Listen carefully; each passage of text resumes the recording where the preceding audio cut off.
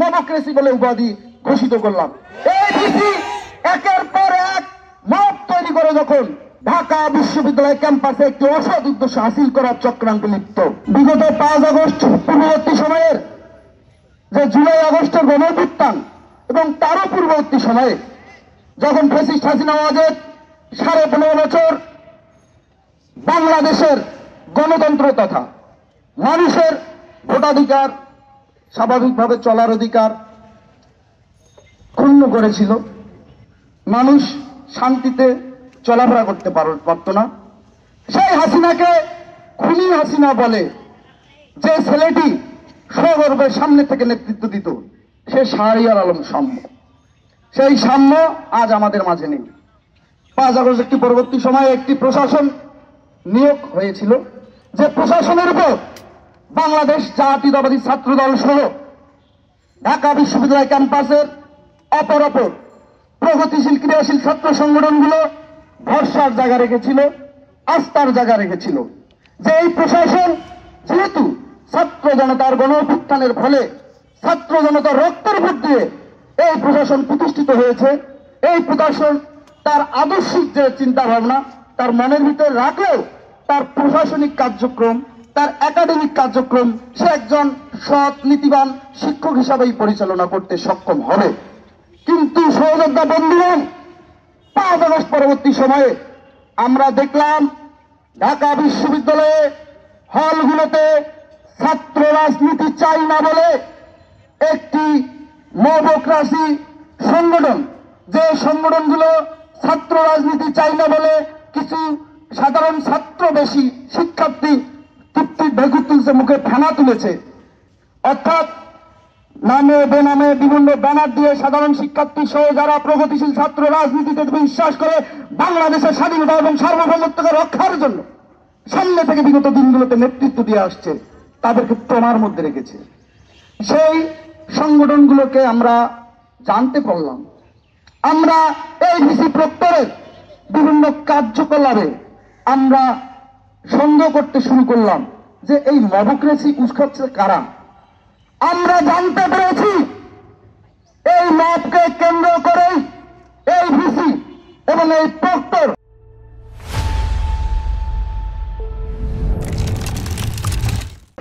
বাংলাদেশের সর্বোচ্চ বিদ্যাপীঠ ঢাকা বিশ্ববিদ্যালয় ক্যাম্পাসে একটি অসৎ উদ্দেশ্য হাসিল করার চক্রান্তে লিপ্ত। আজকের এই সমাবেশ থেকে আমি এই মাননীয় ভিসি, যাকে মাননীয় এখন পর্যন্ত বলছি, কেননা বাংলাদেশ জাতীয়তাবাদী ছাত্রদল সবসময় শিক্ষকদের পিতা সমতুল্য স্থান দিয়ে থাকে, কিন্তু আজকের পর থেকে আপনাকে মাননীয় বলবো না। এবং এই ভিসিকে আজকে আমি ফাদার অফ ডেমোক্রেসি বলে উপাধি ঘোষিত করলাম। এই ভিসি একের পর এক মব তৈরি করে যখন কিছু উচ্ছৃঙ্খল ছাত্র জনতা, কিছু গুপ্ত সংগঠন, কিছু বট সংগঠন যারা বাংলাদেশের স্বাধীনতা সার্বভৌমত্বে বিশ্বাস করে না, একের পর এক সকাল বিকাল রাতে 3টা 4টা মিছিল মিটিং করে, আমরা যারা প্রকৃত সাধারণ শিক্ষার্থী আমরা বুঝে উঠতে পারি না তারা কিসের উদ্দেশ্য স্বার্থ হাসিল করার জন্য মিছিল করে। আমাদের সাম্য বিগত 5 দিন আগে হত্যাকাণ্ডের শিকার হয়েছে, তখন দিবাগত রাত 12টা সাম্য হত্যার আধা ঘন্টার মধ্যে একটি ন্যারেটিভ দাঁড় করানোর চেষ্টা হলো যে 12টার সময় সাম্য ওইখানে কি করে।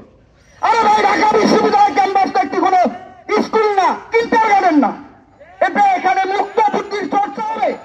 একজন শিক্ষার্থী সে যখন তার উপযুক্ত পরিবেশ মনে করবে তার মেধার বিকাশ ঘটার জন্য, তার বন্ধু বান্ধবের সাথে আড্ডা দেওয়ার জন্য, সে তখন সেই পরিবেশ নিশ্চিত পাবে, সেই পরিবেশে সে কথা বলতে পারবে, তার মেধার বিকাশ ঘটাতে পারবে। আপনারা কিছুদিন আগে রাত 3টার সময় আপনারা কিসের মিছিল করেছেন? রাত 3টার সময় কোন পাগলে কি মিছিল করে? আমরা কিছু বলেছি? আমরা কিছু বলিনি।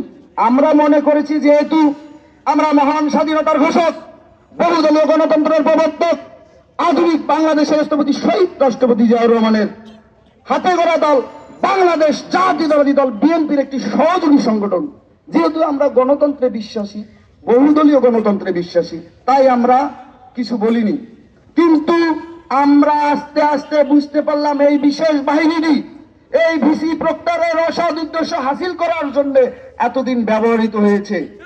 আর আমার ভাই সাম্য হত্যাকাণ্ডের শিকার হয়েছে, হৃদয়ে রক্ত হরণে যে সাম্য ঢাকা বিশ্ববিদ্যালয় ক্যাম্পাসে যখন বৈষম্য বিরোধী ছাত্র আন্দোলনের ব্যানার ধরার মতো লোক ছিল না, 16 জুলাই যখন হল পাড়াগুলো বন্ধ হয়ে গিয়েছিল, এই সাম্যরাই কিন্তু সামনের থেকে নেতৃত্ব দিয়ে এই আন্দোলনকে বেগবান করেছে।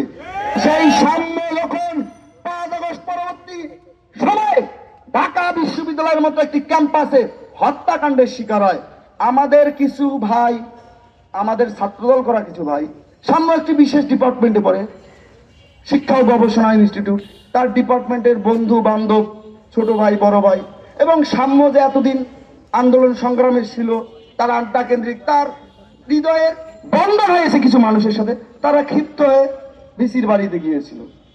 ভিসি 36 পৃষ্ঠা সম্বলিত বিভিন্ন দেশ থেকে ডিগ্রি নিয়ে এসেছেন।